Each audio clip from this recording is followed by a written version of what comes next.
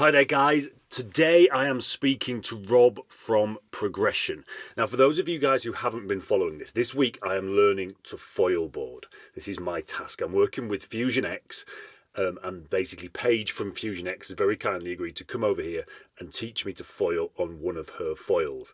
Now, as part of this, Rob has very kindly as well come on board and said he will coach me through the process additionally. So I've got two coaches, so it's awesome.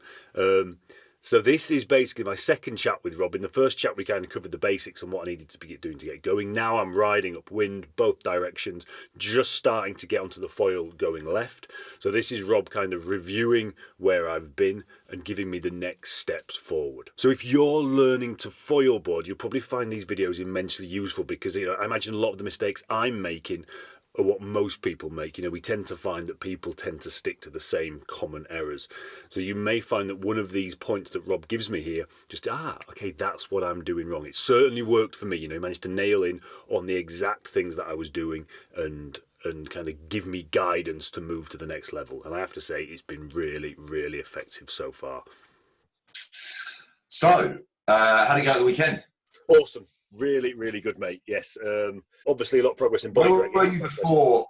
So when we spoke on, sorry to cut in, when we spoke on Friday, where were you up to at that kind of point?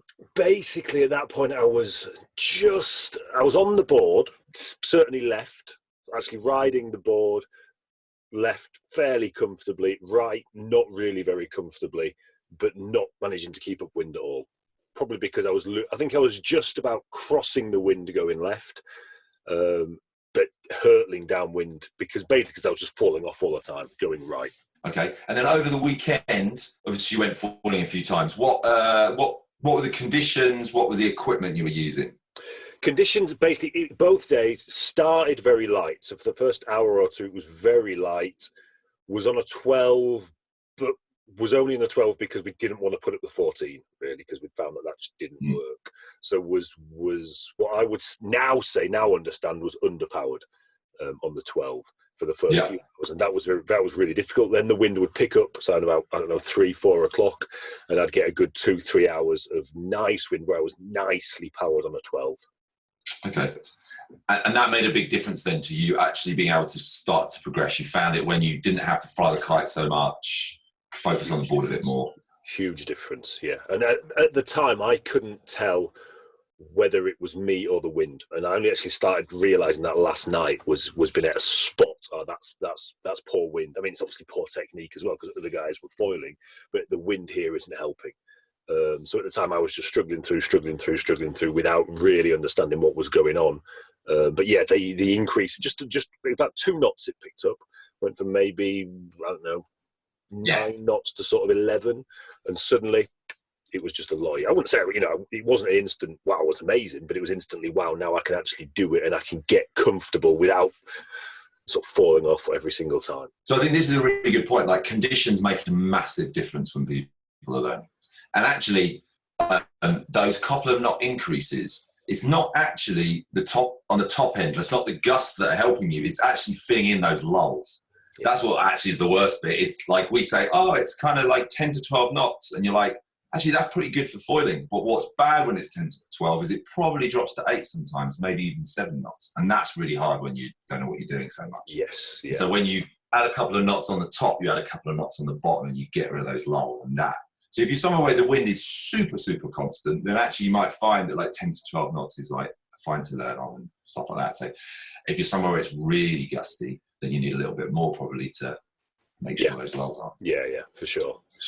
Yeah. Good thing for people to be aware of, definitely, when they're... It is, and it's the key. And it's the funny thing because we never think in terms of lulls because the wind speed, the wind apps give the lull, they give the gust, but none give the lull. And it's actually the lull that's more important. Exactly. Most of the time we're looking at this average, and if there's gusts up and the average is a couple of knots below, well, there has to be something below that for it to average out across gusts.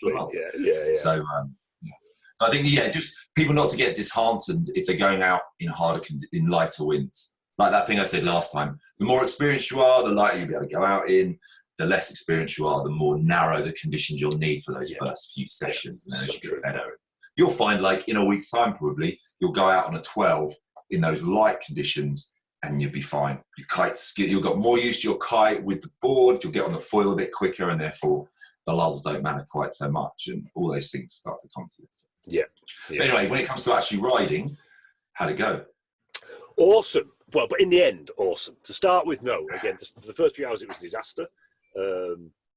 However, interestingly, the thing that made it, the moment it clicked was the moment that I dropped into that position that you teach on the videos on the beach. It was that get the front weight over your knee, so almost no weight on your back heel, leaning forward with your shoulders, and and it was that same feeling that I had the first time I ever rode upwind. It was just that that's it. That's what I'm supposed to be doing. It's balance. You feel like everything's balanced something. Yeah. Because still going right, I've not locked that position in, and it's really uncomfortable, and I can feel, the board's bearing off, it's coming back, my weight's forward, my weight's back, I'm struggling to get the board down, it's rearing up. Whereas going left, it's just like, just lock that position in, and then I open my shoulders, close my shoulders, change direction, I'm now in control. So I think that, and at the time, I think the difficulties thing is when you're first starting out to try and get into that position, you've got so many different things going on that it doesn't really make sense. But I'm really glad that I did that exercise and actually did it, not just looked at it, but did it, because then you realise there is a lot of front foot pressure needed here. It really is. It's that the back heel up. It's when you're doing it on the beach, you're not having to worry about the kite, you're not having to worry about this board that's uncomfortable. If you make a mistake, you don't get the feedback, which is the negative side, but you should be, it's not to feel uncomfortable of over-exaggerating things, seeing what happens when I shift. Where am I feeling weight on my heels and my toes, and because you do want to feel weight across your whole foot, though, slightly more weight on your heel, that for some people is a bit of a problem. Some people put too much weight on their toes and go over the front. Some people put too much weight on their heels and go into twin tip stance and edge too hard. And you can do these things on the beach if you really do think about it, rather than just kind of stand and go, you told me to kind of stand like this, that feels all right, off I go. You've got to what's this stance? Put my shoulders forward. Where is that shoulder? Oh yeah, it's over my knee, that's right. Oh yeah, that feels different actually. It's very easy. Skip through. I want to get on the water. No, absolutely. And it was lucky because I looked at those videos in the morning when there was no wind. So I was like, right, okay, well, I'll take some time and actually do this. And I think it was amazing because suddenly it was the same feeling. And at that point, again, it's that, I always say it's the world goes silent at that point. It's that, right. Now suddenly your brain switches off. You're not getting that constant, do this, do that, the other. It's just like, well, there's that moment of flow. It's that, here we go. This is what it's supposed to feel like. But it was only possible to recognise that because I'd actually done it. I spent sort of 10, 15 minutes outside here in the campsite looking like an idiot. I'm thinking, what's he doing? This is some kind of weird yoga move.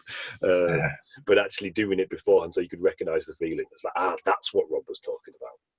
Cool. So then how did you progress on after that?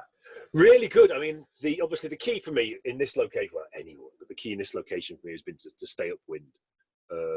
And for the last sort of 2 hours, well, the whole run basically yesterday, the first two, absolutely chaotic. But then suddenly again, when that position locked in, then started going upwind in both directions. And I say by the end of the session yesterday, left foot forward, I was actually starting to come out on the foil and play with that. Actually, okay, I'll bring it up only an inch or two, but I could just feel right now I'm actually on the foil and I can start to play with bringing it up a little bit, bringing it down a little bit. Going right, no, I'm nowhere near that. I'm just keeping upwind.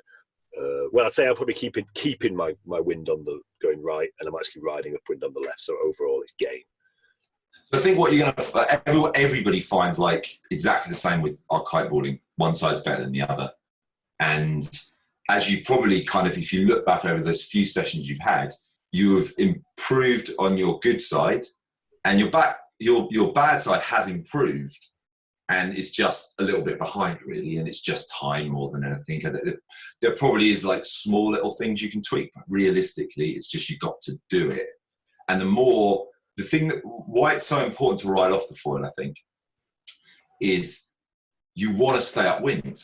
I mean, you have a kind of necessity to, because the location makes it kind of tricky if you can't stay upwind. But as soon as you're not staying upwind, you waste so much time walking back up, getting somebody to sail your stuff back up. As soon as you can stay upwind, then you're just getting time on the water. And it means that on your bad tack, you're getting more, even though you're only holding your ground, at least you're doing full runs. And on your good tack, you're getting upwind, so it's all nicely balancing out. And you're just getting practicing. And the more practice you can have riding, the better.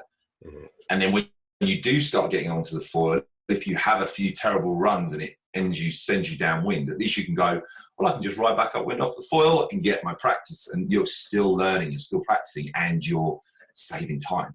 Yeah. And we all want to get past that early stages. People need to know you've got to be able to stay upwind, otherwise you're just going to waste so much time walking, and none of us want to do that. No. So that's really good, and I think you'll just find now with time you'll get more confident on your bad tack. You've already got the technique on the other side, so you just got to kind of replicate it really. And most of the time it might be your kite's not quite so good in some way. As we talked about last time, just like making sure you have your kite a little bit higher is generally the biggest issue that most people have, or not putting enough weight forwards. Yeah.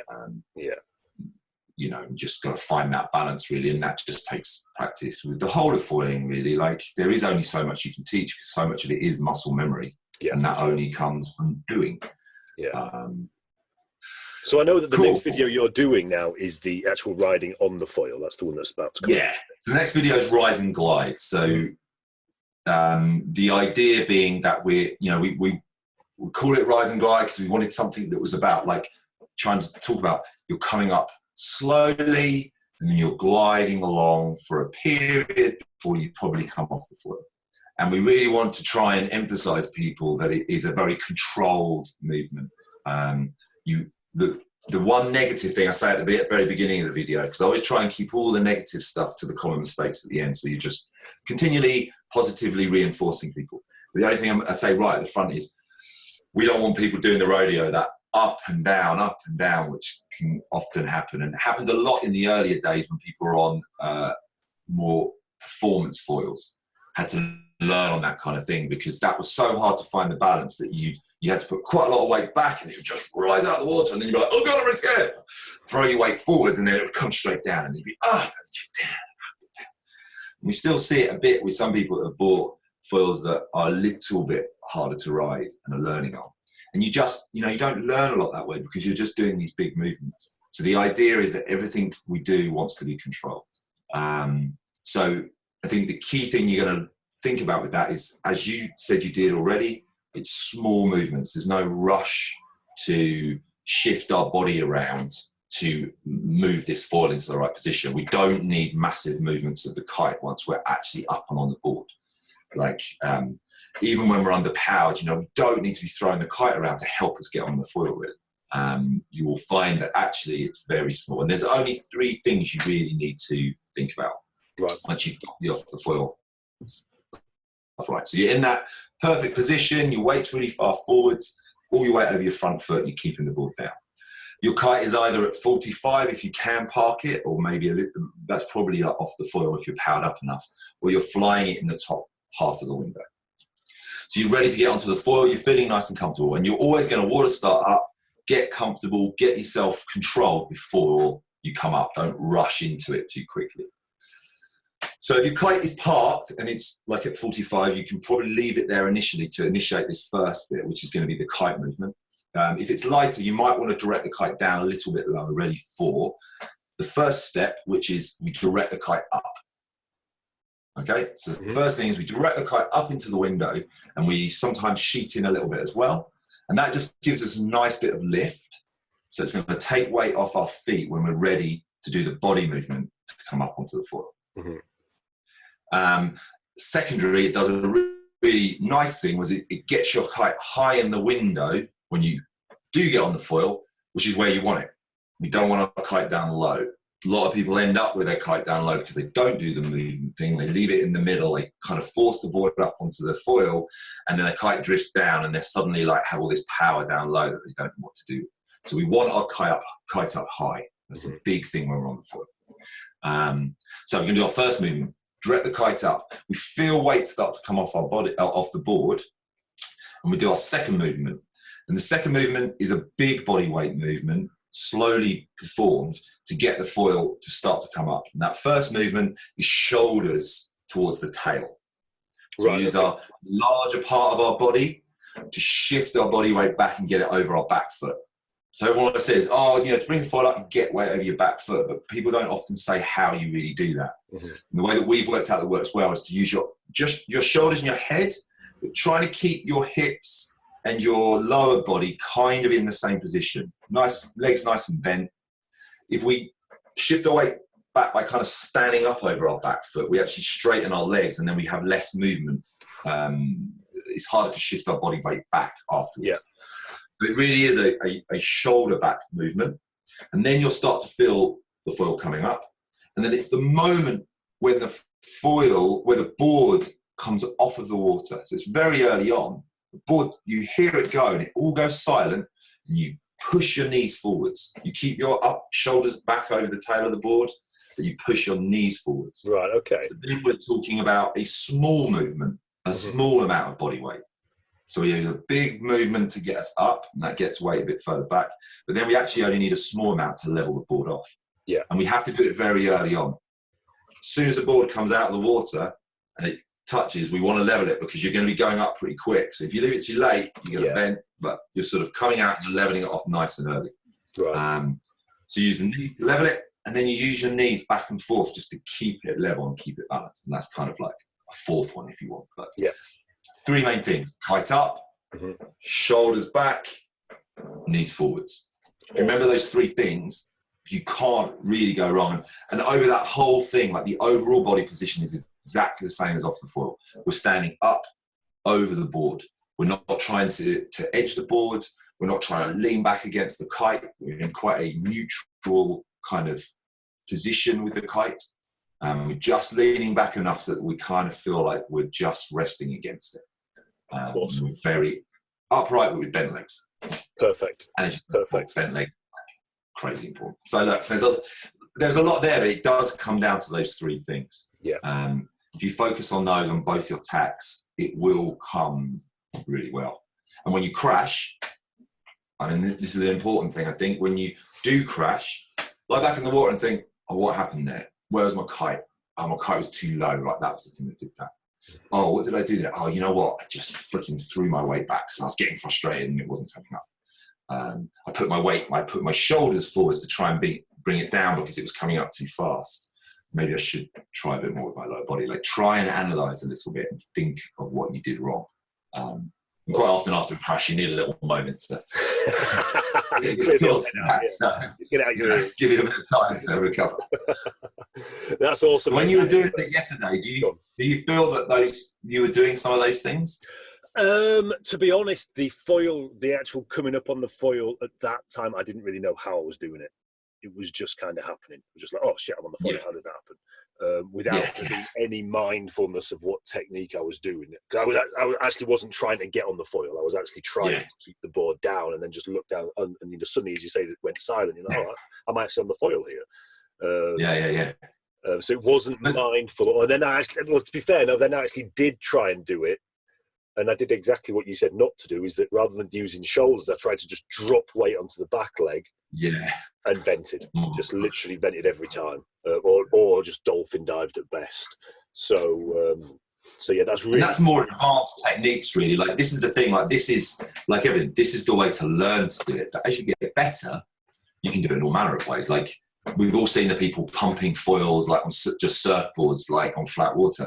Well, we do that in lighter winds to like kick the board up by just using our weight and parking our kite and not worrying about it. Or in very light winds, you could loop the kite in weird ways to give you extra power to get you onto the foil. Or you can do the complete opposite of what I said and dump the kite down really hard and pop up as it's coming down. But you need to know what you're doing because you've got a lot of power there. So then you've got to be willing to edge hard against it straight away and stop blasting up wind. Yeah, of course, yeah. So these things we're talking about are things the average person might look at it and go, I've seen people riding in all these other ways, and you've kind of got to forget about those because once you get better, you just start riding in all manner of different styles. For sure. But this is just about learning the core bits and pieces, really. Once you've got those, things will move on nicely. Awesome. And as it happens, I will finish today a video that shows these exact things. Perfect. Looking forward to that. That will be probably it takes a few hours for it to get exported. So either later this evening or tomorrow, Rise and Glide video will be out, and it goes through a bit more in detail in the show notes, or will it just be a link to sent to the website and then go from there? I can give you a link for it, because we've actually already got it there as a coming soon thing, so you can link to it and then people will know straight where to go. Okay, so there will be a link to that in the show notes for this video. Yeah, I heartily recommend these videos, guys. They are awesome. They are really, really good. As I say, they really walk you through the steps, and as Rob's just demonstrated there, it gives you the 3 basic things each time. So it's not trying to give you a huge amount of overwhelming information. It's giving you the key points that you can go out and actually keep in your mind that are going to make all the difference. And to be honest, this is why I feel like I've learned this quite fast, simply because I've had those key points in my mind all the time and not been trying to think about things that really don't matter at this point. So I can really, really recommend these videos, guys. Go over there, have a look. They are awesome. This video particularly, actually, I have done that more than ever, in that there is a lot of background information, a lot of positive reinforcement of certain things. And I think that's the great thing about videos. You see things over and over. You'll see a kite high in the sky and you'll be like, hang on a second, my kite's not doing that. So it should push it into your brain. In this video particularly, I have actually done at the end a 60-second recap video that basically just goes through those absolute 3 key points in very short period of time, so that you can watch that just before you go on the water. Awesome. In the hope of, if the rest of it is a bit too much for you to take in, then you can sort of absorb that in a longer time and then focus on something. So I'm adapting as I'm going, as I'm having conversations with people, and I'm teaching people down the beach. Like all these videos I'm making are just fitting in all these little ideas to try and just get people to learn as quick as possible. But it's so, I mean, as an instructor, try to teach instructors, try to train instructors, the most important thing when it's instructing is to know when to shut up, to know, right, that is enough information. Because as instructors, we want to teach, we want to do this and do this and do that and do that. And the person goes out and goes, well, I can't remember the first thing he said. So I think and this is what I love about the way that you've broken the videos down, is it's okay, this is the absolute essentials, and it gives you everything, but then it says focusing on these, because these are the things that you need to remember. And we can't remember more than 3 things. It's often on the water, we can't remember more than 1 thing at once. So it's really, really good to have that broken down and actually be using that kind of teaching psychology in the videos as well, because it's I think it's actually something that I need to do more of, actually, with progression, is reinforcing that to people, to say, here is sometimes some of the videos are quite long, like some of the wave riding ones I haven't broken down to multiple videos, but they're like a 40-minute video, and it's to say, you don't watch this from beginning to end. Just like watch the first section, then go and ride, and then work out what you're having problems with, and then watch the second section, which is going to give you loads of detail, and you can absorb it in an evening with a beer. Then go and ride, and then see what your mistakes are, and then go and find the right common mistake for you. Like it's not a video to watch from start to end a lot of the time. Yeah. And I think there's more I can do to lead people through that, probably over time. For now, it's like, here's all the stuff, here's the content, and you need to kind of adapt to it yourself in some ways, and know when to sort of stop and go and have a session. But I think that will become a bit easier over time. For sure. Well, I love the videos, mate. I think they're awesome. Keep doing them, because they're really helping me. I know they're really helping a lot of people. So it's a cool thing that you're doing. Yeah, there's a lot more to come, actually. And just on a very small note on that, I know at the moment I'm really focusing on the beginner side of foiling. But, obviously I am building up as I go, from the very basics through to all the foiling jibes, foot changes, toe side riding, tacks will be in there. We'll do 360s, like the whole lot. Awesome. But there's only one of me. So people are going, "Why didn't you bring up the driving videos?" I'm like, it's coming. It's coming. But there is only so much. Yeah, exactly. So, and on your camps, what's the, because I know you do the foil camps in Portugal and Morocco, is it this year as well?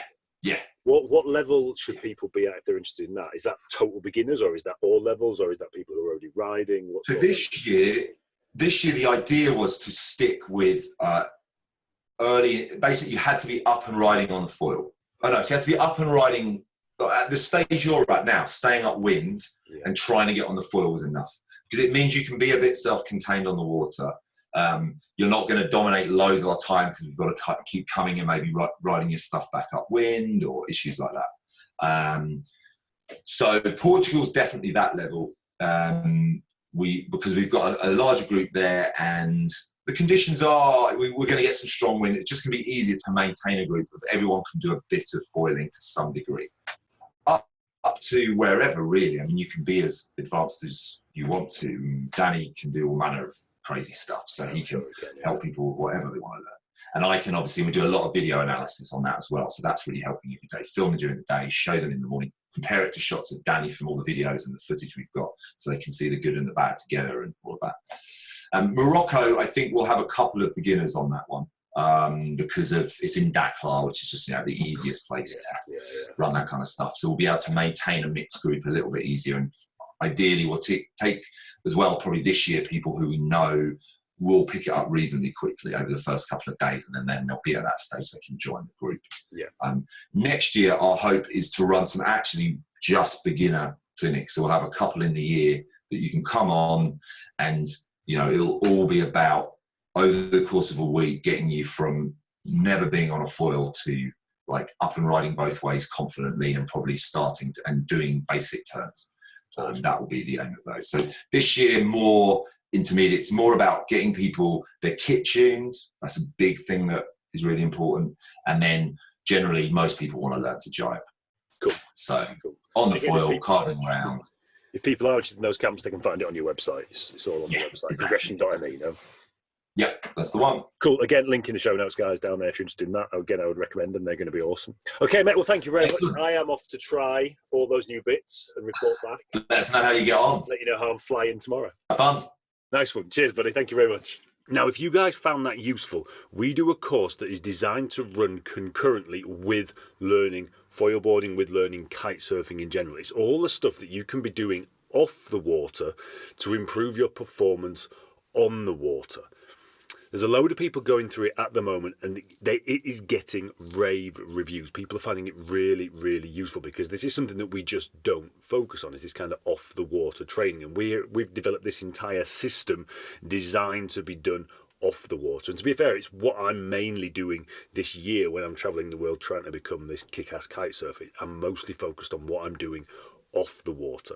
So if you're interested in checking that out, guys, the link is in the show notes as well. Go and have a look at that. You'll be transported over to a video which will take you through exactly what it is, and I would love to see you on the inside. Cheers, guys, and I will see you in the next video.